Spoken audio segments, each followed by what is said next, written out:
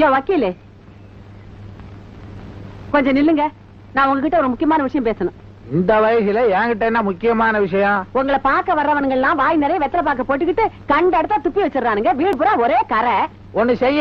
என்ன? அதே காவி கலர்ல வீட்டுக்கு பெயிண்ட் அடிச்சிரு, காரி துப்புனாலும் தெரியாது. என்ன கிண்டலா? என் புள்ள கோதண்டம் துபாயில எண்ணெய் கிணத்துல இறங்கி இறங்கி கஷ்டப்பட்டு சம்பாரிச்ச பணத்துல கட்டின வீடு இது. ஞாபகம் இருக்கட்டும். அது இருக்கட்டும். ஓவர் டேங்க்ல தண்ணிய விடுனா விட மாட்டேன்ற. இன்னைக்கு குளிக்காம கொள்ளாம கோர்ட்டுக்கு போறேன். ஏற்கனவே என் கேஸ் நாரி போயிருக்கு. இன்னைக்கு கோர்ட்டே நாரிடும். அப்படியே குளிச்சுட்டு போயிட்டாலும் பெருசா வாதாடி ஜெயிச்சிட மாதிரி தான். உன் கேஸ என்கிட்ட கொடுத்து பாரு. ஆமா, அவனுக்கு வீடும் கொடுத்து கேஸும் கொடுக்குறேன். வக்கீல் சார், முதல்ல நம்மளோட கொழுப்பு பறக்கணும். இது என்ன கேக்குது தெரியுமா? நீங்க வீட்டுல இருக்கிறது 2 பேரு, உங்களுக்கு எதுக்கு மாசத்துக்கு 3 மூட்டை அரிசி? நீங்க என்ன மனுஷங்களா பேயான்னு கேக்குது இந்த கைது? யார பாத்திர கிளவிங்கிற?